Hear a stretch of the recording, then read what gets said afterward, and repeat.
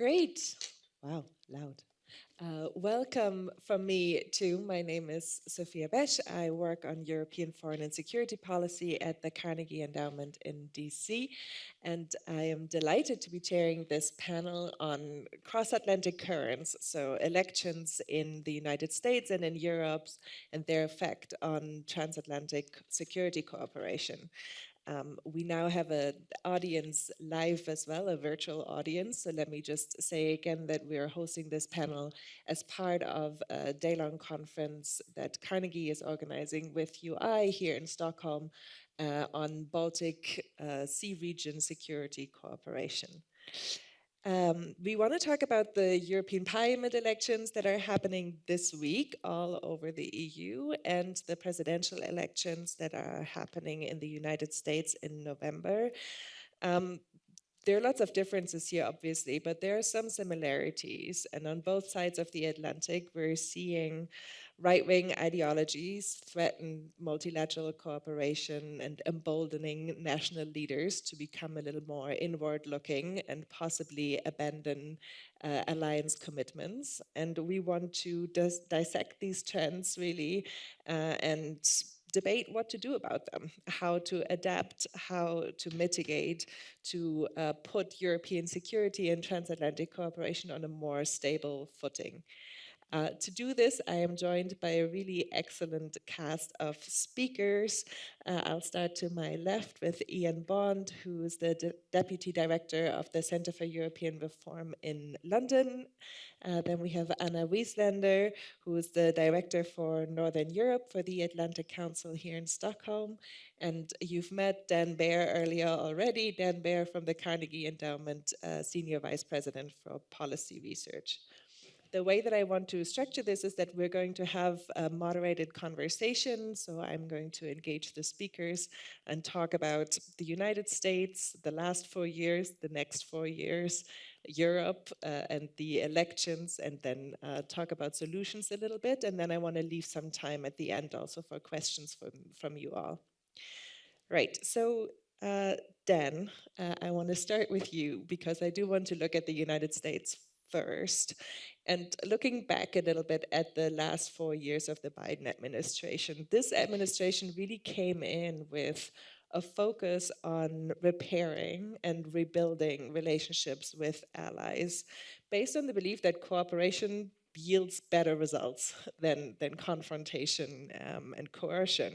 And there have been many successes. There have also been some frustrations, I think. So 4 years later, give us the view from DC. How would you say that members of the Biden administration assess the results of their engagement with European allies? Thanks. I think probably they would, if you asked Jake Sullivan or people at the White House to kind of break down the last 4 years of US-Europe relations, they might break it into chapters. The first year arguably was kind of a low-hanging fruit moment where as long as you weren't insulting the Europeans, you were probably improving relations. They also started with the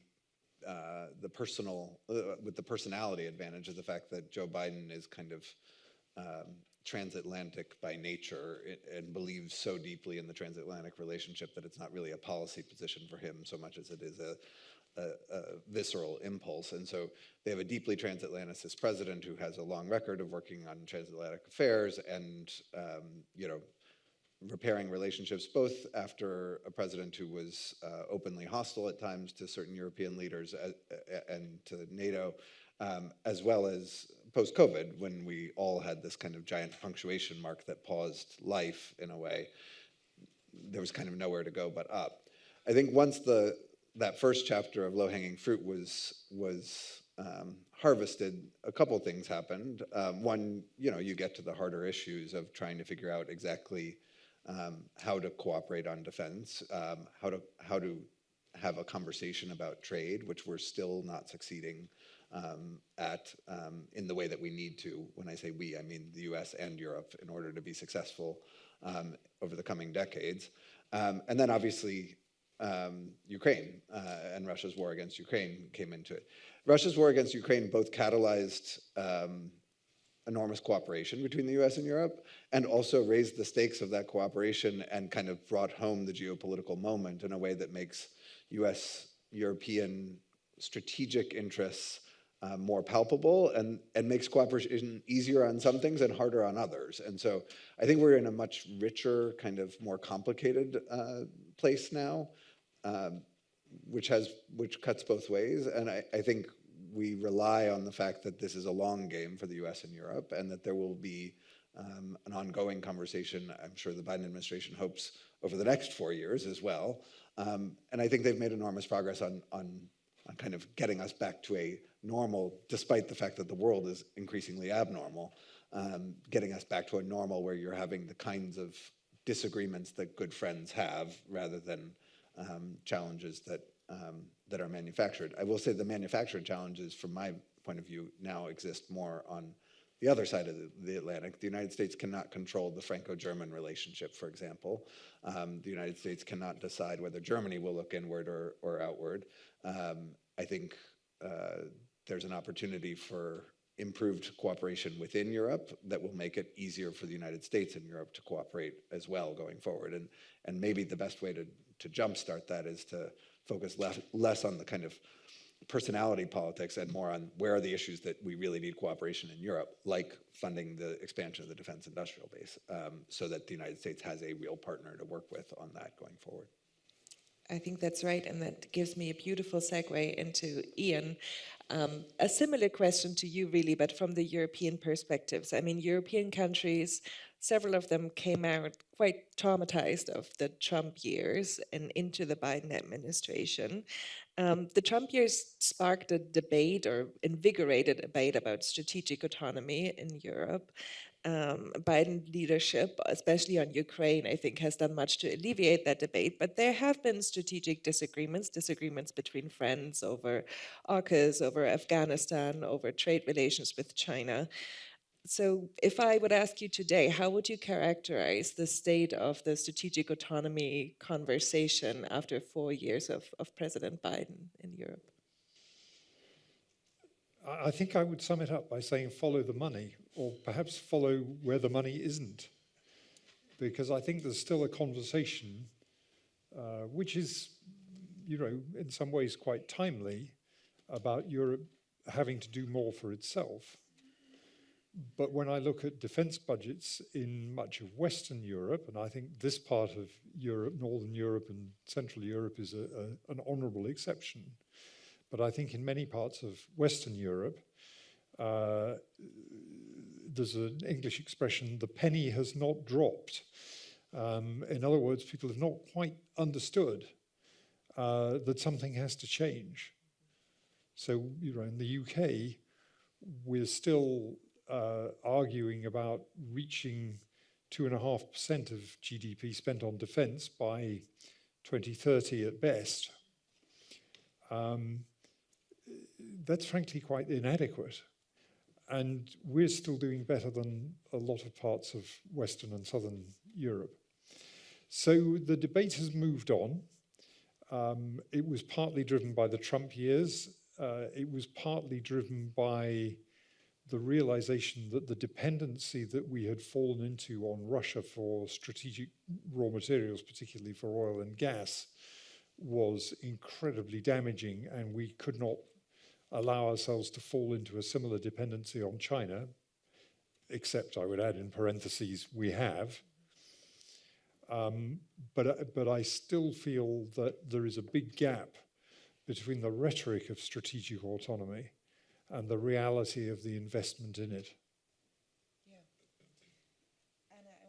Ask you about one of the more, I think, challenging moments in recent months between the Americans and the Europeans, and that is the wait for the latest Ukraine aid package, which took about 6 months to go through the US legislation. I mean, obviously, Europeans have been very dependent on the US's support of Ukraine militarily. How would you say that this recent wait has affected European thinking about their reliance on the US and Ukraine? Thanks. Well, that's a great question. And when I think of the Biden administration, did they deliver on the America's back? I think they passed, but not with distinction. And you mentioned the first kind of AUKUS, Afghanistan quarrels, but then we really saw that leadership from February 2022 onwards. But in my world, already the Vilnius summit actually last year did not deliver what Europe had expected when it came to an invitation to Ukraine, and that was a big quarrel. It was also supported by Germany. There was a German-US kind of caution on that. But already there you could see it kind of cracking up a little bit, this kind of very much appreciation of American leadership and a lack of that. So, and then came this waiting for this big package. And while the EU was able to actually come together, even though we have also some difficulties in unity from now and then, especially from one country, but we were able to deliver a 50 billion euro package in February. Early February, and then the US still did not. And that also we saw how it affected the battlefield, the war in Ukraine. That has been pretty devastating in a way, I think. I mean, there is still, of course, this kind of trust level for the Biden administration compared to the Trump administration. It's still there, but I think you hear much more of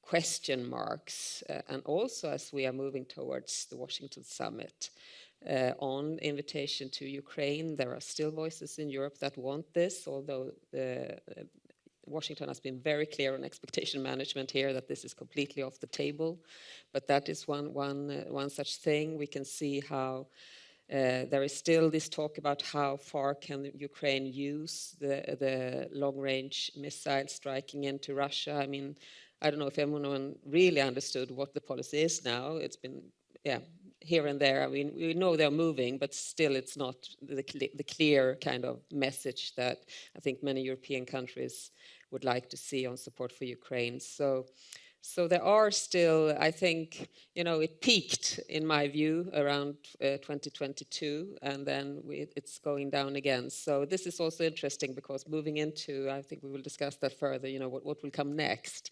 I think that this is also something for the current administration to consider. Yeah, it's a really interesting point about the peak and then possibly political attention waning, going elsewhere. So I want to stay with the US, but looking towards the next 4 years, perhaps, and looking to November first, really. Dan, can you talk to us first just about the mood in DC? How do people think about this election? We oscillate, I think, between despair and optimism. What would you say is a realistic assessment from the ground? And then do talk a little bit about the prospects of a Trump victory and what would change for Europe. Yeah, I mean, I think the most striking thing to me about the US election season so far is given that most people, certainly most political hands or policy hands, believe that the stakes of this election, and everybody says it every time that it's the most important election of our lifetime, but for the last few times it's had the virtue of being true. There's not actually as much attention being paid, I think, by average voters to the election as such right now as I would have expected. And maybe that's because there wasn't a real primary contest on either side. And so you didn't get the kind of juices flowing early enough. And obviously there will be attention at some point. But one of the things that's interesting to me right now is it doesn't seem to be that there are that many people who are focused on the election as such yet. I assume that in the Biden campaign that there's enormous frustration, both on the economic side, that there doesn't seem to be recognition showing up in polling that the economy is indeed much better than it was when President Biden took office. People don't feel that difference, and so that must be deeply frustrating when you feel like the evidence is there and the perception is not there, and what are you supposed to do to bridge those two? In some ways, I think, people who have followed American politics for a long time may remember perhaps the most famous line from American politics in the 1990s, which was Bill Clinton's "It's the economy, stupid," that was saying the reason why people are discontented is because of the way the economy is. I think in some ways that's kind of reversed, so that people's political identities are determining how they perceive the economy, rather than their experience of the economy determining how they perceive political choices. Identity really does trump all, which may mean that the economy doesn't matter actually that much in how people will vote in November. I imagine if I were, say Jake Sullivan right now, I'd also be pretty frustrated, because I think the Biden administration has had, by all accounts, obviously every administration makes mistakes, but this is an administration that is staffed with seasoned professionals who make rational decisions, who can defend those decisions and the thinking behind them, et cetera. And yet, every year they've had Afghanistan, which was a commitment that the president made to do before he took office. And I imagine a lot of people, there were things that could have been managed better. Also, anybody who was expecting a ticker tape parade after you haven't won a war and are leaving was being irrational in their expectations. It was never going to be a celebration and a happy send-off. They had Afghanistan as a crisis in year one. They had Ukraine as a crisis in year two. They have Israel-Gaza as a crisis in year three. If I were at the NSC right now, I'd be thinking, please, enough. We don't need a year four crisis. And this is an internationalist administration that seems to be, dealing with the reality that America definitely doesn't control the world. The world is serving up crisis after crisis. In a moment like this, as we look forward, I actually have deep sympathy. You mentioned the kind of the populist right that is, I think, in both Europe, and which is not the full range of the American right, but there is a populist right in both Europe and the US that tends to be more isolationist or inward-looking. I have deep sympathy for for my fellow Americans who look at the world and say, let's just opt out of that. Let's not. It's a totally understandable impulse. The progress of technology and all the conversation about AI, the negative potential consequences of AI accelerates that, the feelings of endless wars, et cetera. I understand why people want to opt out. Of course, it's precisely in a moment where it's most tempting to opt out, in my view, that it's most important to lean in and to engage with partners, because if we don't take on the challenges that the world is serving up together with partners and elsewhere, those challenges will eventually have even deeper consequences at home. But I think as I look forward, we can't predict what a second Trump administration will do. President Trump is notoriously unpredictable in his behavior. He's not deeply ideological, so you can't kind of say this is the ideological framework from which he's working, and we can predict that he will take this action on this or this action on that. But I think he does respond to that impulse to kind of try to pull away from the problems. And I think that is the piece that if I were in Europe, I'd be thinking, how do we make sure that America doesn't pull away from being a cooperative problem solver with us? And how do we make the case for cooperative problem solving? And one of the ways that Europe does that is by not fragmenting as Europe in approaching problems themselves, but actually modeling cooperative problem solving and coming to the US as much as possible as a collection of European states with an idea of how to solve some of the common problems that we face. That's a really interesting point, and I would like to hear your reactions, both from Anna and Ian, on this idea of Europe modeling cooperative problem solving. And Anna, if you want to comment a little bit more about how you see Europeans preparing for these elections, preparing for the unpredictable, as Dan has characterized it. Yeah, well, I think it's an excellent question, and I actually put down here when I thought about this that one message from Europe is, I think, that the US should prepare that we will distance ourselves from this. I take as an example, what happened when Trump said that basically he would throw allies under the bus to Russia. if they did not pay 2% of defense. And there are various explanations for why he said that and the audience and so on. But I mean, it was very interesting to be in Europe and to see the reactions in the capitals. It was like a shockwave. And we had in Berlin, again, a pretty confused discussion on the, now we need a European nuclear deterrent. So that's the level of the reactions, really. And that was just one thing he said at a rally somewhere.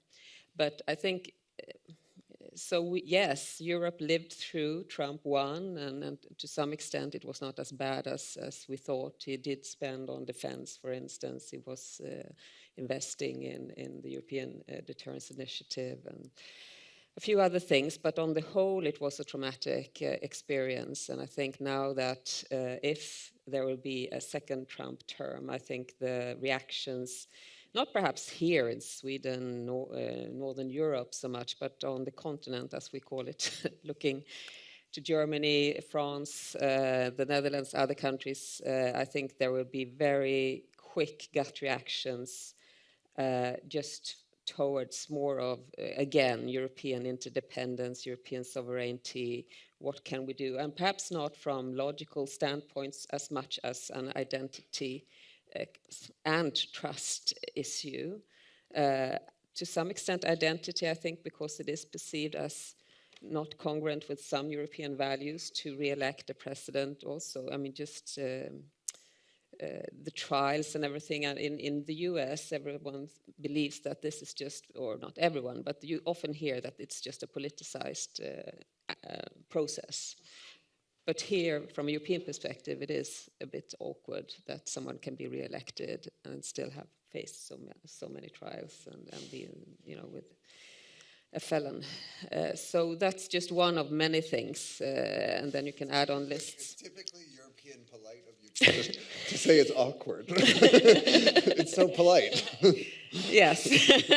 I don't know, I can't speak for every European here, but I'm just trying to, capture some sentences that you can have conversations with Americans. I've had that throughout spring. You can somewhat say you shouldn't worry that much about Trump. It will be fine. The system will kind of make sure again, and it's not so extreme as it might seem, and so on. But I do not perceive that this is, if you talk around with Europeans, that this is how Europeans perceive it. I think there is much more skepticism towards the second Trump term, and that Europe also will react much more quickly. Unfortunately, perhaps, I agree with you that this is the rational thing to do, try to be still problem solvers, see where we can find a common basis. But I fear, in a way, that this is not the reactions that we will see, because there is also not that much to work with the Trump administration. There are trade wars, defense, yes, but you can't really trust that he will engage in NATO. So it's difficult. China, yes, perhaps, but he's also very aggressive, as we see. Even though it's bipartisan and Biden has not changed the China policy, it's still perhaps not perceived as completely congruent with a European approach to China. So it's not that you can just pick a lot of fruits and put it in a basket and suggest a cooperative meeting. It will be difficult. Yeah, I think that's an important point. I mean, we heard the Swedish Foreign Minister Billström say in the speech that preceded this panel that, European states had to ride the waves and engage both sides of the political spectrum in the US. But of course, the range of topics that you can productively engage on is definitely smaller under a Trump presidency. Ian, I want to ask you, I mean, perhaps this is the elephant in the room, but what would a Trump presidency mean for Ukraine? What would it mean for, in the months after November? We can't know what a Trump president would do, of course, but how can Europeans prepare for that when it comes to securing Ukraine? Yeah, it is the elephant in the room. And part of the problem is the unpredictability that Dan was talking about. We kind of have some assumptions about what Trump might do about Ukraine because of things that he has said during the course of the campaign and even earlier. And those are quite worrying because they imply that he thinks he can do a quick deal with Putin And the only way you can really do that is by effectively handing part of Ukraine over to Putin and forcing the Ukrainians to accept that, which raises the question, would the Ukrainians accept that anyway? And I think that's open to a lot of doubt. What can Europeans do to prepare? And you know, it's equally possible that Trump might, for whatever reason, decide that he has to be the strong man, and then we're into a different ball game. But let's assume that Trump's inclination is to put Zelensky under pressure to do a quick and dirty deal. Then I think for Europeans, the question is how much better prepared are we industrially to be able to help Ukraine more?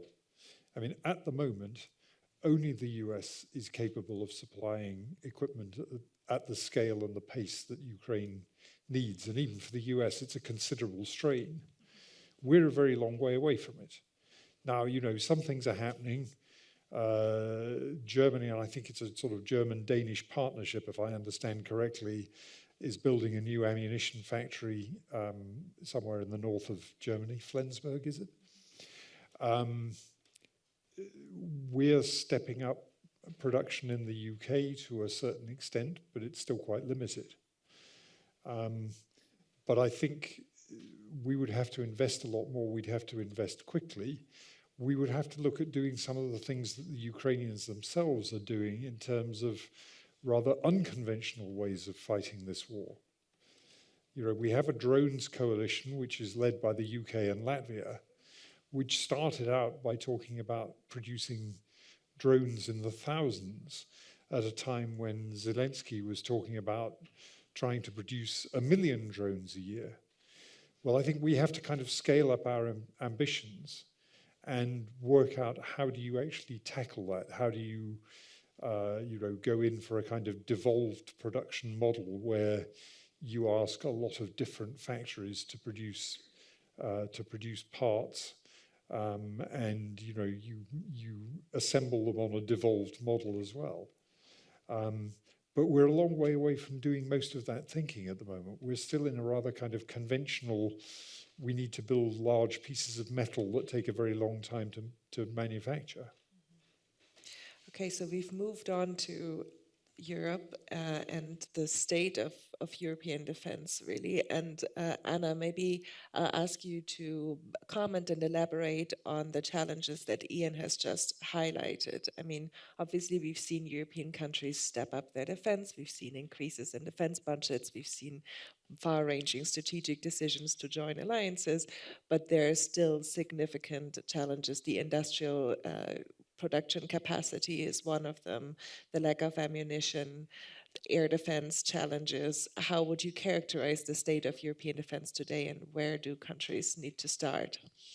Well, yeah, that's another one tribute to Trump then, who kind of pushed Europe to spend more on defense. But I mean, I think it would be 22 allies that reached 2% target now in July out of 32. And you could say that's good, or you could say it's not sufficient, depending on glass half empty or half full. But still, I mean, I think the major problem here is that there are 3 tracks, and we can't keep those tracks in our head in parallel. So we need to support Ukraine, therefore we empty our own stocks. We then need to, of course, refill our own stocks with the things that we have supplied for Ukraine or with new ones. And then we need to increase also, because we started at very low levels and we have a completely different security environment here, where a range of officials from countries warn that NATO might be in a war with Russia in 3 to 6 years' time. So we need to play on all these tracks at one time, and we are not able to do that.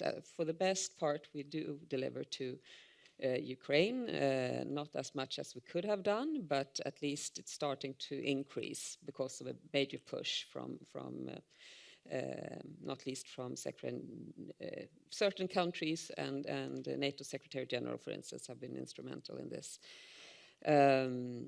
But then we are not fulfilling our own, or filling up with our own stocks. And you can't, I just went to Berlin. I think there's no movement, not much is happening there, despite all this discussions. And then when you have, it's a problem of political will, it's a problem of production capacity, it's a problem of the industry not wanting to invest or fearing that if they do investments that they will not pay back until 10-year perspective. They will not have the demands filling up for that whole time. If you have a solution of the Ukraine war, for instance, in 2 years and everything goes back to normal.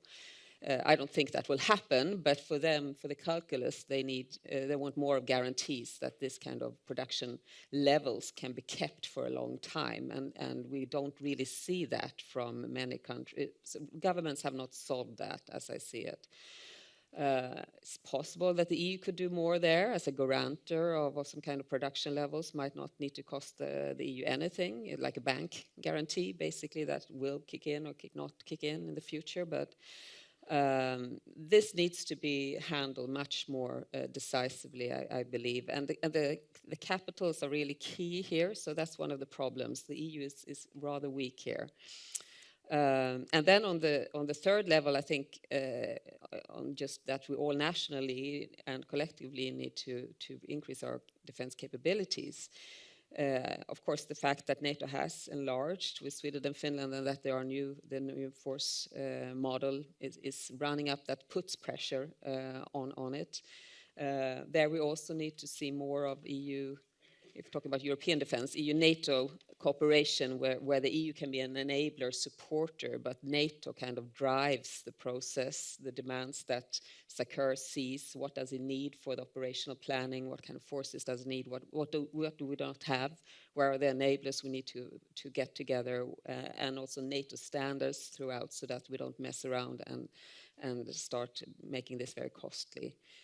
So yes, there are lots of things that we could do better, some movements, but the problem is, I agree, I mean, it's not the scale and the force in these processes that we see at this point. The EU initiatives, if you talk to industry, usually they always say it's peanuts, because if you look at how big amount of investment and money we are talking about, the EU, it's not the wrong things, but it's not at a level that would kind of be a game changer. Yeah. So Dan, Ian and Anna have both highlighted the role of capitals and political will and resolve.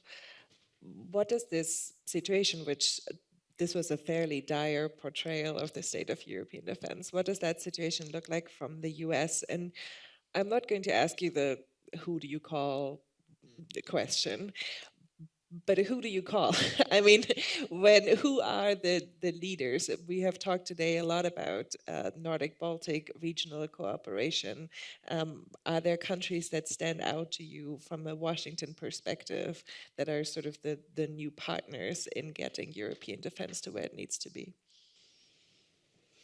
I mean, first of all, let me say that the United States is also not a particularly attractive partner for all the reasons. I mean, watching Congress struggle for 6 months to pass the appropriation, not only did that have dire consequences for Ukraine, because the United States is the only country that has or had kit in stock to be able to transfer, but it has dire consequences for the future of the US defense industrial base, because of course the people who are planning factory production are saying, I can't really trust Congress to be able to appropriate in out years now, and the support for Ukraine, which many Americans don't understand, that when Congress passes $50 billion worth of support for Ukraine, we're not actually dropping bags of cash off on the battlefield. Actually, most of it is going to production in the United States, that then obviously the equipment is transferred, and we need that production to expand our own defense production, because we need that not only for the challenges in Europe, but also in the Indo-Pacific. And the irregularity of funding is causing similar challenges on our side of the Atlantic as well. In terms of Europe, I mean, those who know me will be surprised to hear me say this, but the only person with vision right now in Europe is Emmanuel Macron. And I think some of what he proposes is unhelpful. I've written recently about the fact with Sophia about the fact that floating floating boots on the ground when France hasn't done as much as it could in terms of actual resources to Ukraine to help them fight the fight that they're in is a distraction, arguably a distraction that is unhelpful, whatever. But Macron is actually the only person putting big strategic ideas out there, and that's not enough. I mean, I appreciate, I can admire somebody saying, I'm going to keep throwing ideas out there, but it's not enough. The United States needs Europe. I mean, at the most fundamental level, the United States needs Europe to grow economically. A Europe that ceases to have innovation and economic growth cannot be, in any realm, including defense, the kind of partner that the United States needs for the next 20, 50 years in order to be successful. And we both need each other more in a world in which the US's relative power is declining. That's something that it was incredibly frustrating 5 years ago that there were some Europeans, including Macron, who seemed to be delighted at the fact of the kind of recession of US power in the world, not recognizing that that power vacuum is a problem for Europe as much as it is a problem for the United States. We need each other more than ever. We need Europe to grow. We need Europe to expand its defense and industrial base. We need Europe to solve the problem of how to finance that. As you said, it's a real challenge because the obvious solution is to solve it at the European level. National capitals play such a role. And the United States also needs to figure out how to be a more, yes, we won't be as large of a share of spend of European security spending, but we need to be a stable and predictable partner for Europe in order for the Europeans to see value in making their own investments. We both need to be better about offering the other a clear set of expectations over the course not only of 1 to 3 years, but of the next decade or two, and what a defense partnership looks like.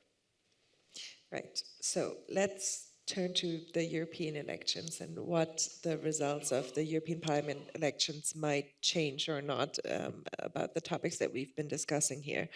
Anna, maybe we'll start with you. We're sort of widely expecting a shift to the right as a result of the European Parliament elections.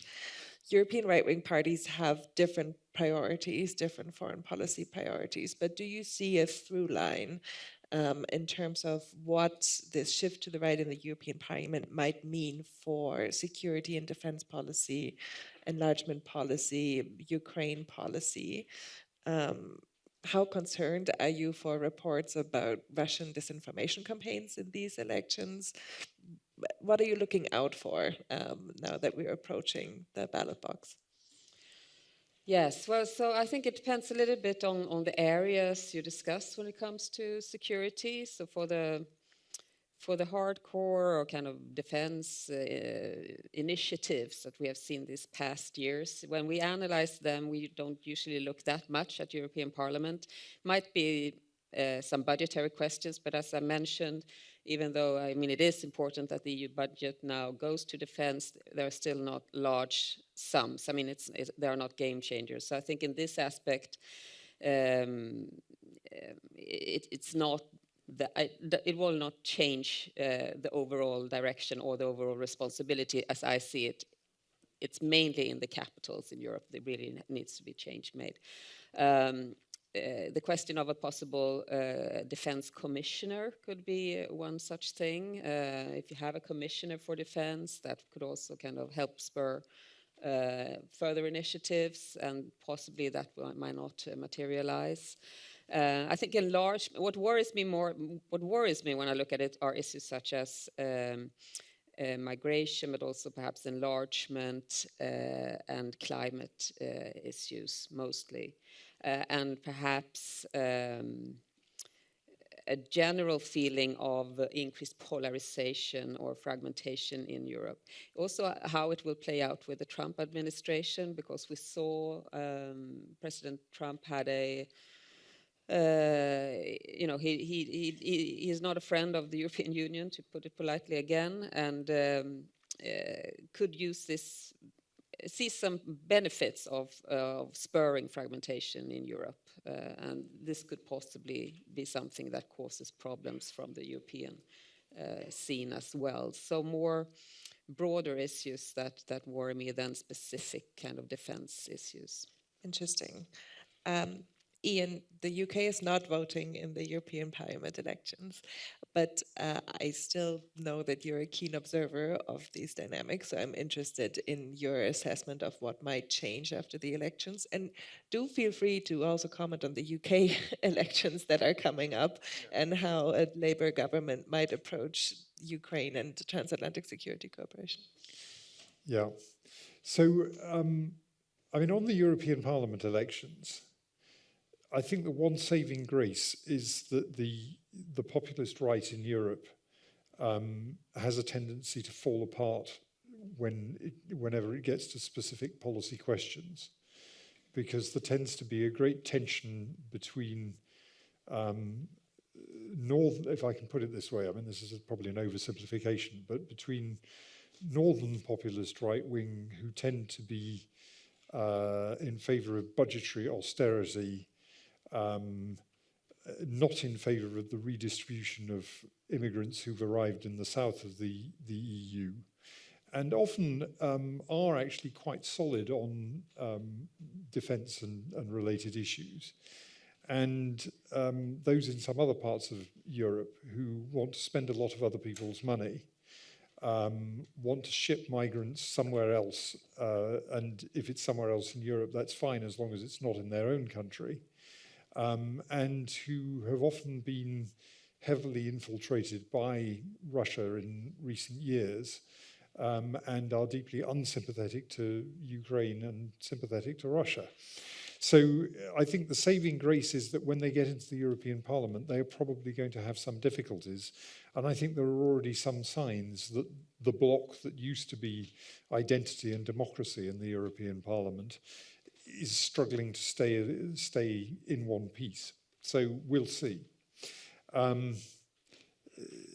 think I'm more worried in a way about what it says about the direction of European domestic politics in elections that take place over the coming years.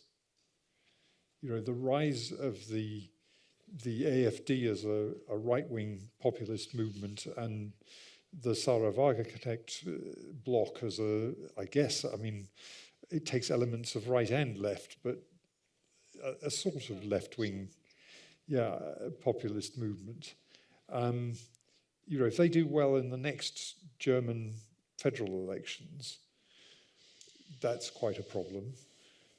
We see the same in Austria with the FPÖ. We've seen the same in Slovakia with the rise of Fico. So in a sense, I'm less worried about how many MEPs do these parties have, and much more worried about how many MPs will they have in their own parliaments next time around. When it comes to the UK, I'd say there's probably going to be a lot of continuity,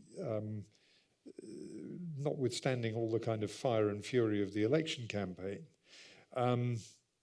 But the Labour Party will do its best, even if Trump wins, to keep a good relationship with the US, because that's what British governments do, regardless of their political complexion and that of the American president that they have to deal with.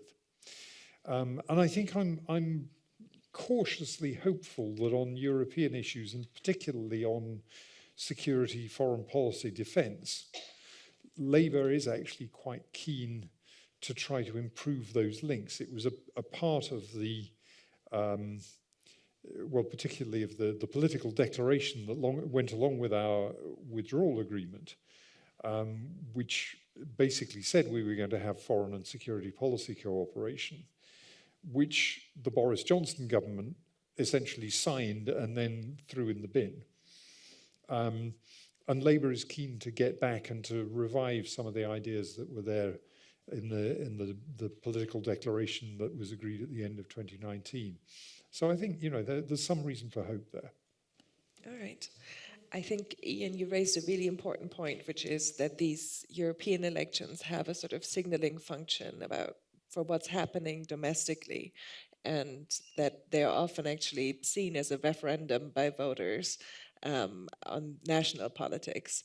Dan, I guess I want to prompt you to talk a little bit about the scenario that both Anna and Ian have raised of a right-wing cooperation, a right-wing pact between a Trump-led America and a more right-wing Europe, and what that might look like concretely, whether you think that is a realistic prospect. You might want to comment on some specific countries like Italy or Hungary and their relations to the US. Would transatlantic cooperation suffer with a more fragmented, more right-wing led Europe, or is there an opportunity for a different kind of cooperation there? It's a good question. I mean, I don't, like, if you think about, practically speaking, what Trump and Giorgia Meloni would agree on, I mean, you know, on security, Meloni has been pretty conventional, in fact, maybe better than the average Italian, average Italian prime minister, in terms of being supportive of the European position, of transatlanticism, et cetera.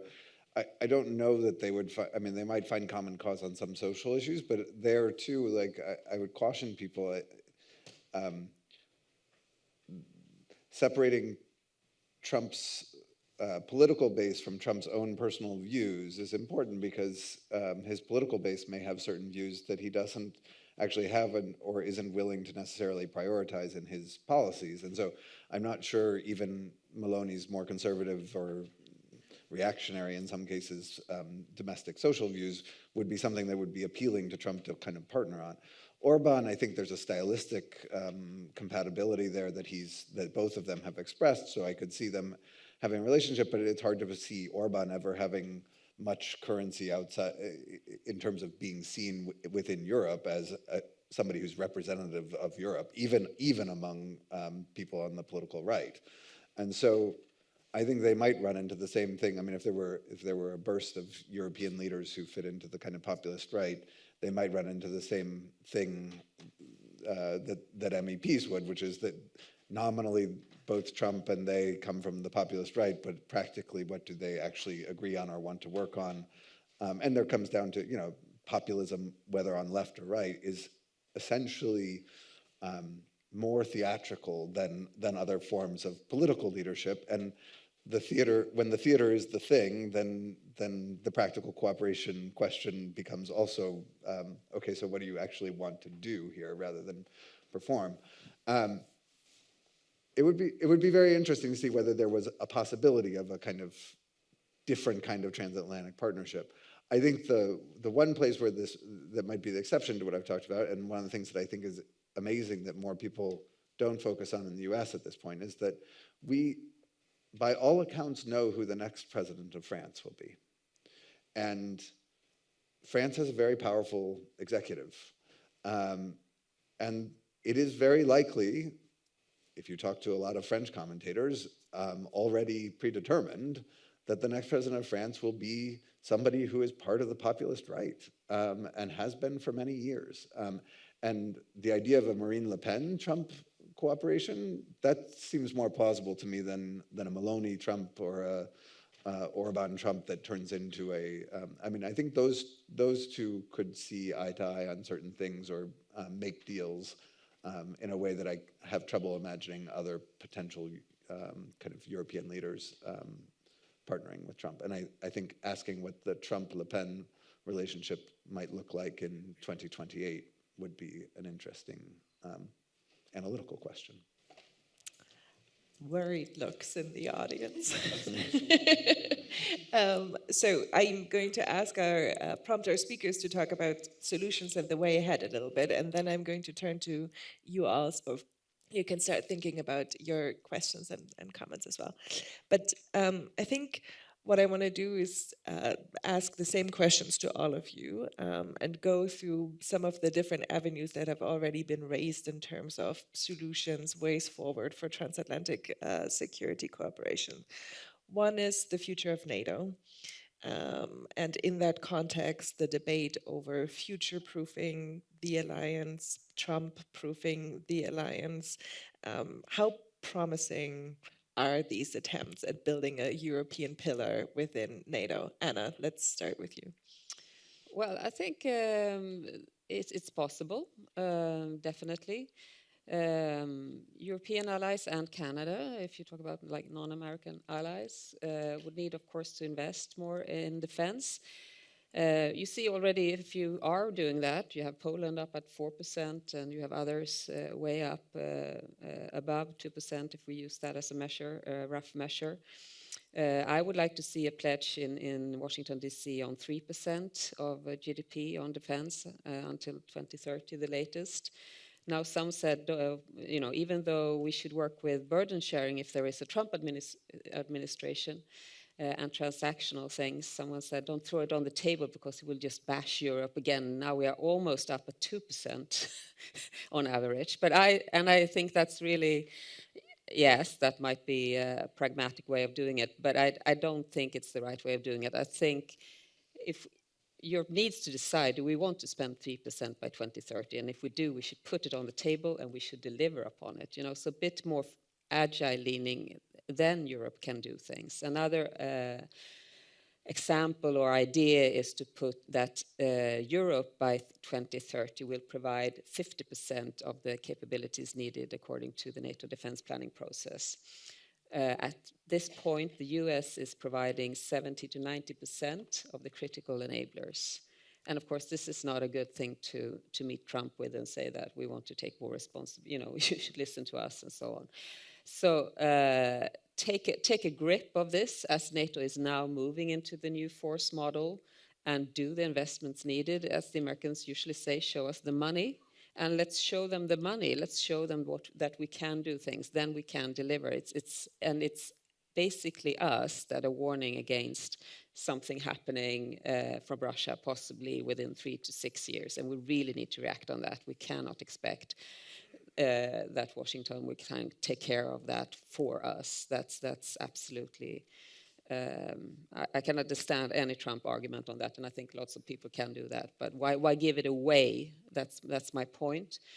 I also think, coming back to the invitation to Ukraine to join NATO. Now, one of the reasons that the Biden administration has been so cautious about this is, of course, escalation, as has been. That seems to be genuine. But one can also imagine a scenario where there will be negotiations on Ukraine, between Ukraine and Russia. And if you have solidified the NATO invitation at that time, Russia cannot put it on the table and say, okay, we agree on this and this and that, but you have to take NATO aside. And you can say, okay, that's a good thing because that will solve the war.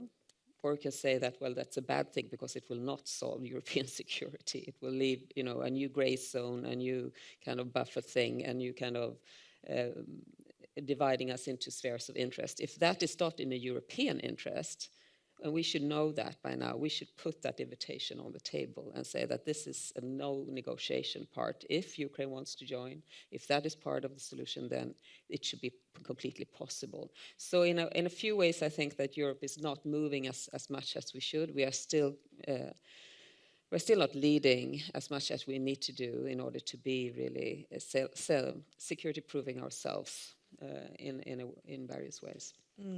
Call for a more proactive approach and concrete indicators really on what Europe could do within NATO. Ian, I'll pose the same question to you, this idea of future-proofing the alliance. It's quite hard to add to that, actually, because all of those are things that I would endorse. I think maybe the one thing that I would add is we have to break the iron grip of finance ministries.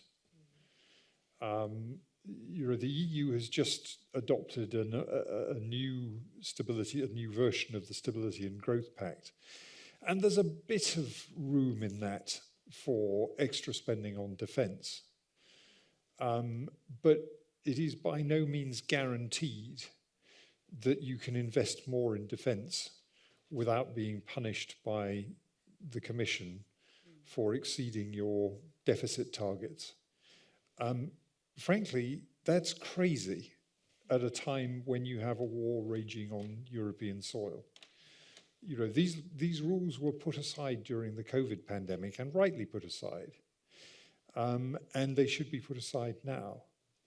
And the other area where finance ministries need to be put back in the box is on the question of European Investment Bank investments in defence capability, where at the moment, even though the European Council has repeatedly told the board of the European Investment Bank, which is basically finance ministers, to do something about this, the most that they have agreed is that they will invest in dual-use projects where less than 50% of the revenue will come from the civilian side of it.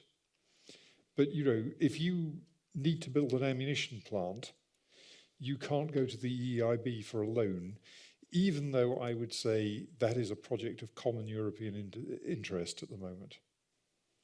Fantastic, and I'm glad that you've already brought in the EU and how the EU can play a role here, which is particularly on the financing side.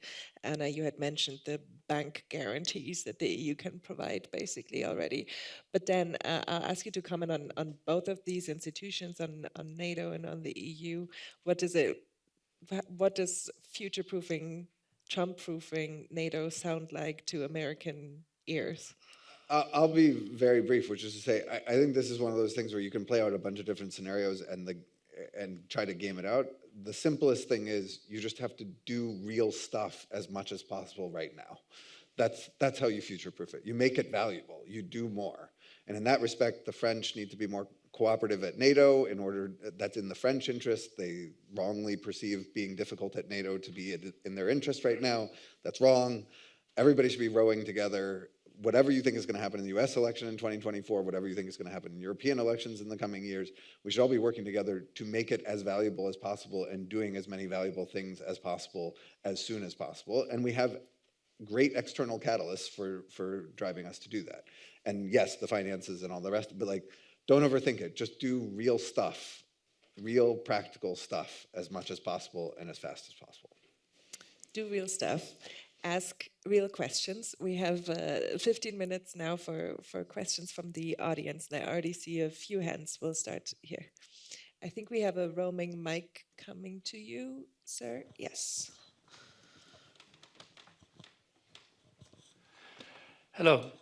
I want to put two questions.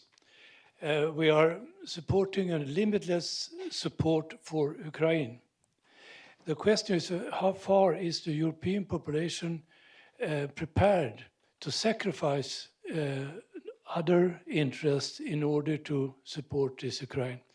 Are they willing to decrease health costs, child allowance, or school costs, or is it a matter of tax increases? But the question is, how far is the population prepared to sacrifice their own standard of living in order to support a limitless support for Ukraine?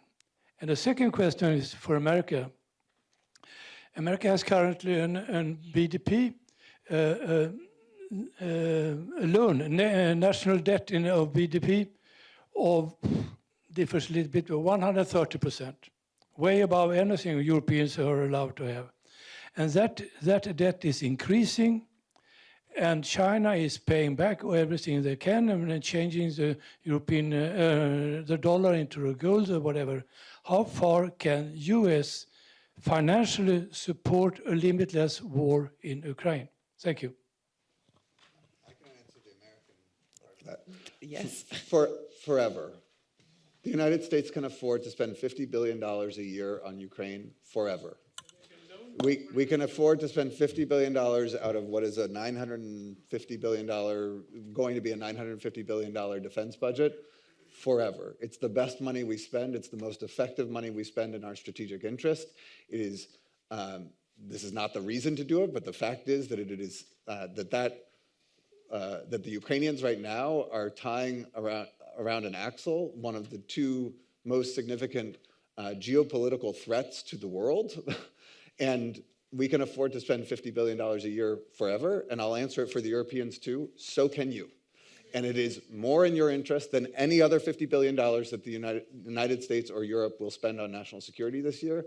It is essential, and if we don't spend that money, we will be spending it in a multiple of 10 or 20 in dealing with the catastrophe of the Russians marching into a EU member state or a NATO member state.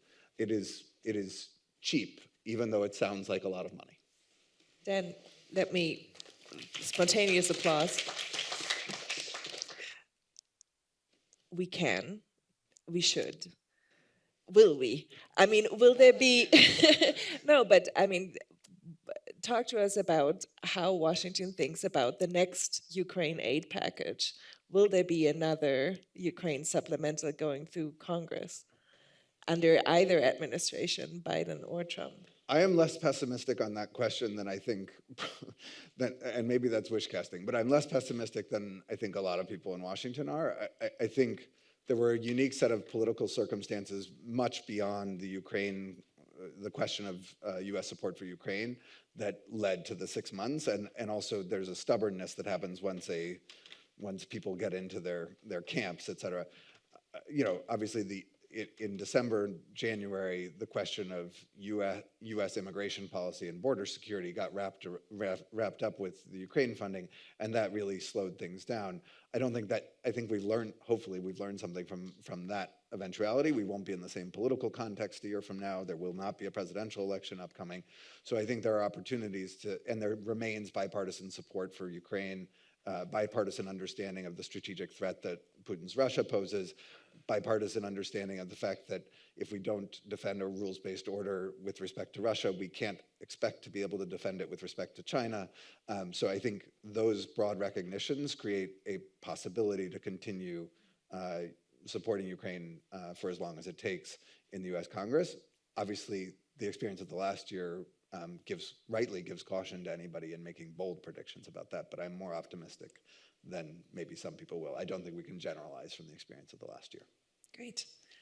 Anna and Ian, I invite you both to answer the question that was posed. Yeah, it's a great question. And I think you can look at it like this. There was a leadership provided from Estonia, and not only the big countries are leaders in this conflict, also the small countries do a lot of leadership.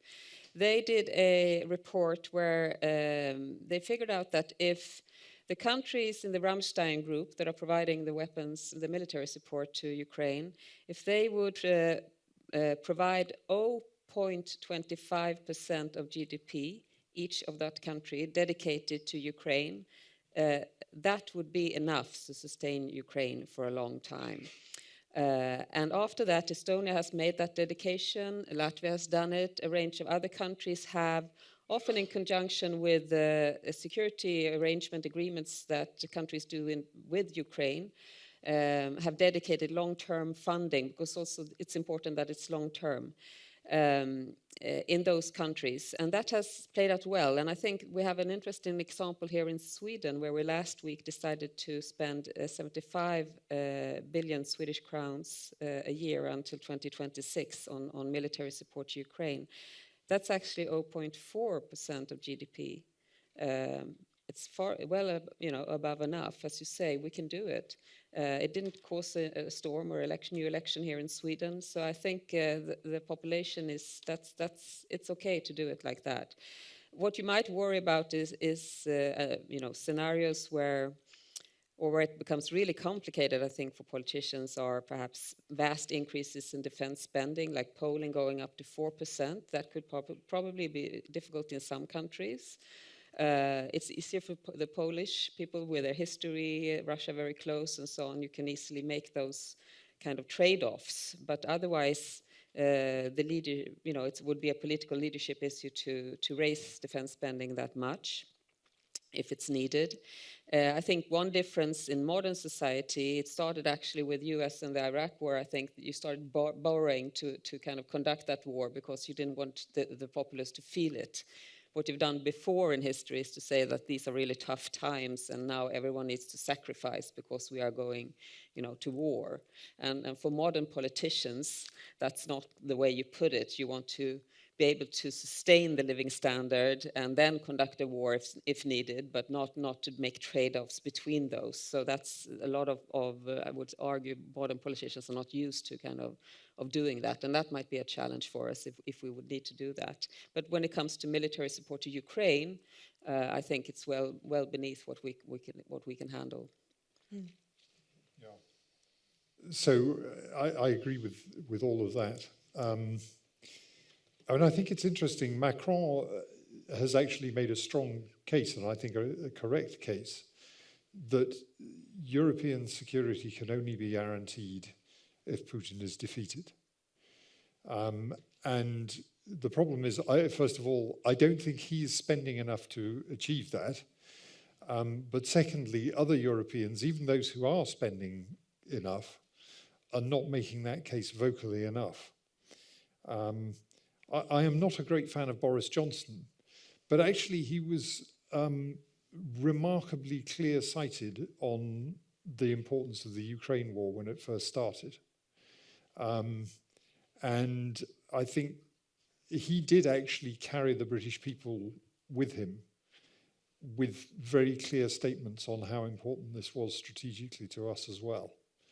You know, we're not a frontline state, but the strategic situation in Europe affects us as well as those who are much closer to Russia. So I think, you know, there is a need for political leadership. There's a need to accept that in the short term, at least, you can pay more tax, a penny here or there. There's also a need to get away from the idea that this is a limitless war.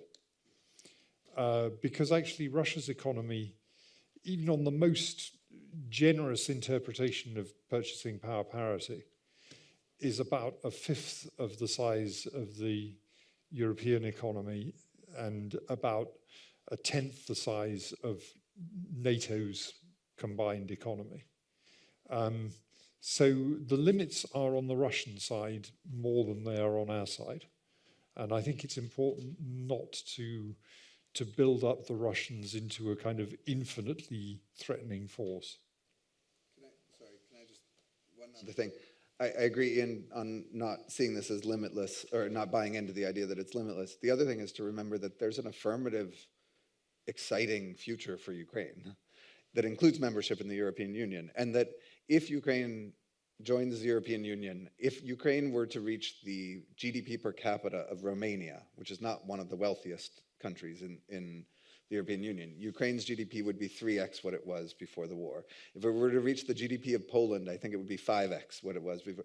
Like, there is a potential for a very large new member of the European Union 10 years from now to be a real driver of economic growth with benefits for everybody else in the EU in terms of trade and economic benefits, et cetera. So, which is, again, I'm not saying you invest in a war because you want to make money, but I do think we should remember that there's more than just defeating Putin at stake. There's a future for Ukraine at stake, and Ukraine has the potential to be an incredibly valuable pillar of the EU and the EU's future economy. Okay, two more quick questions. We have one in the second row here, and then there in the fourth row.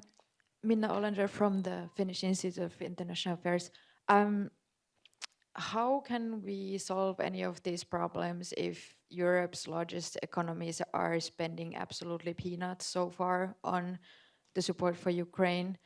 And how can we get these countries to move? I mean, especially Germany, obviously. It's the world's third or fourth largest economy, and so far, including long-term pledges, it has spent or pledged 34 billion euros. UK, France lagging far behind. We just need much more economy power here if we're serious about this. And by the way, Dan, I do think that the US can push Germany. Maybe not France, but Germany, yes. So be more confident. Okay, a question there in the fourth row, and then I think we had a very quick question in the back, and then we'll do a fast round of answers. I've got a quick question for Dan. Not that he's going to listen to anybody, but do you have any idea of what kind of a team Trump will get together if he becomes president? Who are the people who are right now in the offing? Back row, I think. Yes, the blue shirt.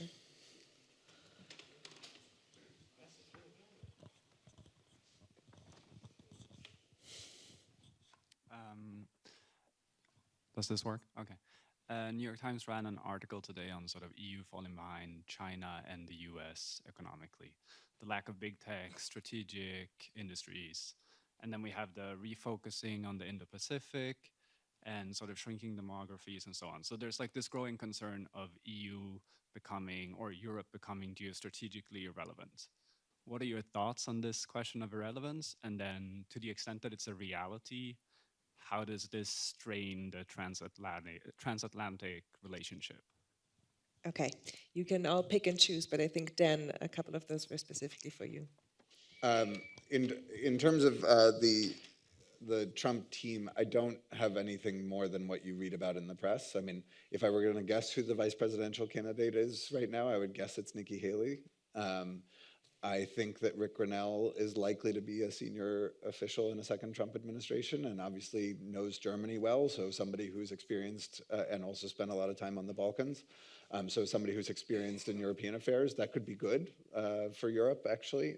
Whatever you think of Rick Grenell, it's good to have somebody who knows something about Europe.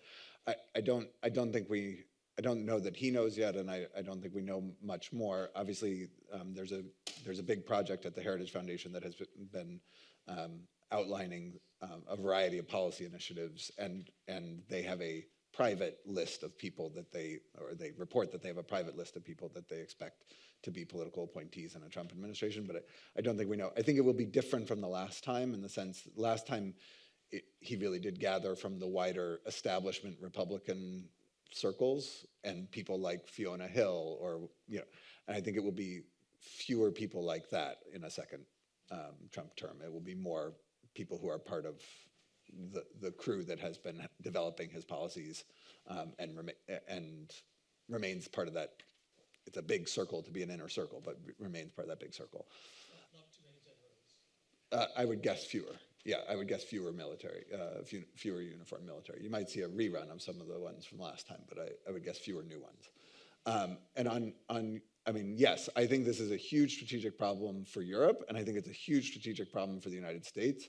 The United States needs Europe to be a dynamic, innovative economy, and I'm referring to it as one economy. I know that, and I think one of the challenges there is, for instance, on trade, the United States and Europe need to figure out how to have a constructive conversation to lead on trade. We both have domestic political headwinds that make it almost impossible to talk about free trade as something that we're rushing towards or anything like that. Fine.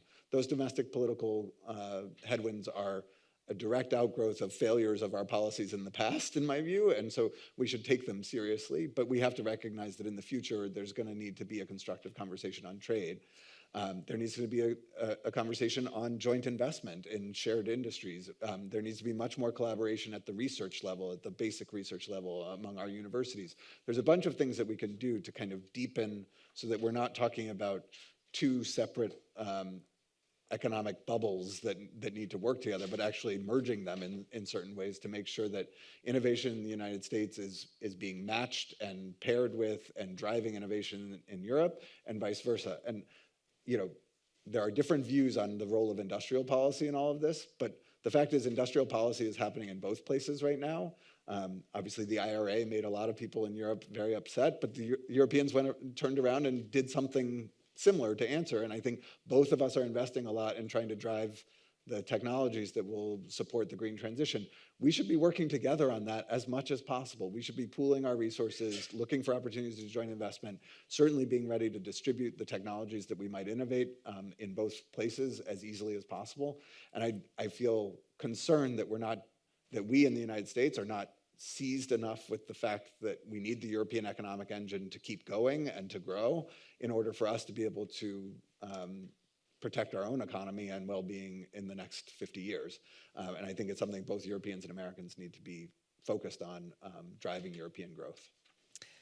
And Ian, final thoughts on European strategic irrelevance? Well, I was thinking of this question on how to get the big European countries to do more. And I think one problem we have is that, yes, so NATO has and all allies have agreed that Russia is the most significant and direct threat and stand behind that. But there is a big difference when it comes to Russia and its war in Ukraine, I think there are still two camps, roughly. So one camp is that if the Ukraine or Russia's war in Ukraine is solved or over, the problem with Russia will also be over, basically. We will enter a new era again, hopefully as good as the one we had. And then you have a group of countries. My country, Sweden, just made this assessment publicly last week with the Defense Commission that regardless if Russia's war in Ukraine ends, we will have a long-term problem with Russia. So Russia is not only a significant and direct threat now, it is also a long-term problem for Europe. And I think that I would just assume UK might share that view more easily than Berlin or Paris would share that view. I think you have find more leaders in those capitals where you don't see the long-term consequences of not supporting Ukraine or Ukraine winning or losing this war, because you don't see the bigger picture like that. And in a way, with that comes fear. So if you don't have fear driving defense spending, you will not have as high levels as you do, because you don't have the long-term fear. Somewhere there, I think the problem is. I don't have a true solution, but that's where I kind of get stuck myself in the discussions. And Ian. I think the question, to link the two things together, the question of innovation and growth in Europe is very important. We need innovation in all sorts of areas, but we also need it in the defense area.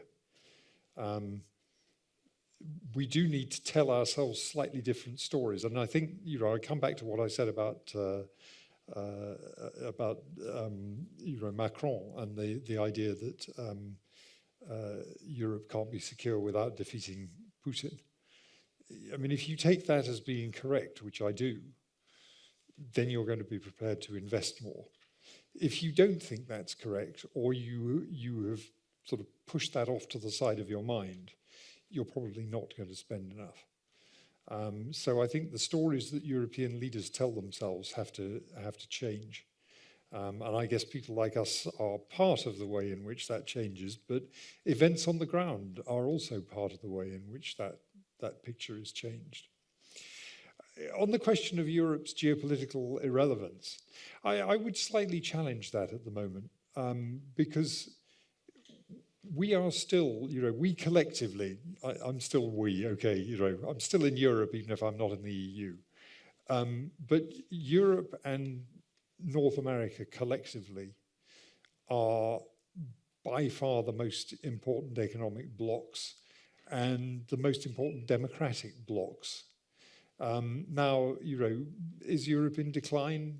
I mean, perhaps, but not irreversibly, it seems to me. There are things that can be done about that.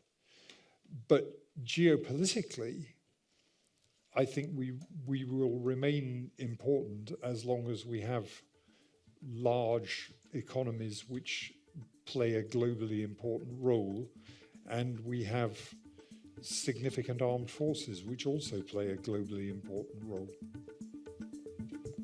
Oh, and this is where we end today. Please join me in thanking our speakers, and thank you all very much for excellent questions.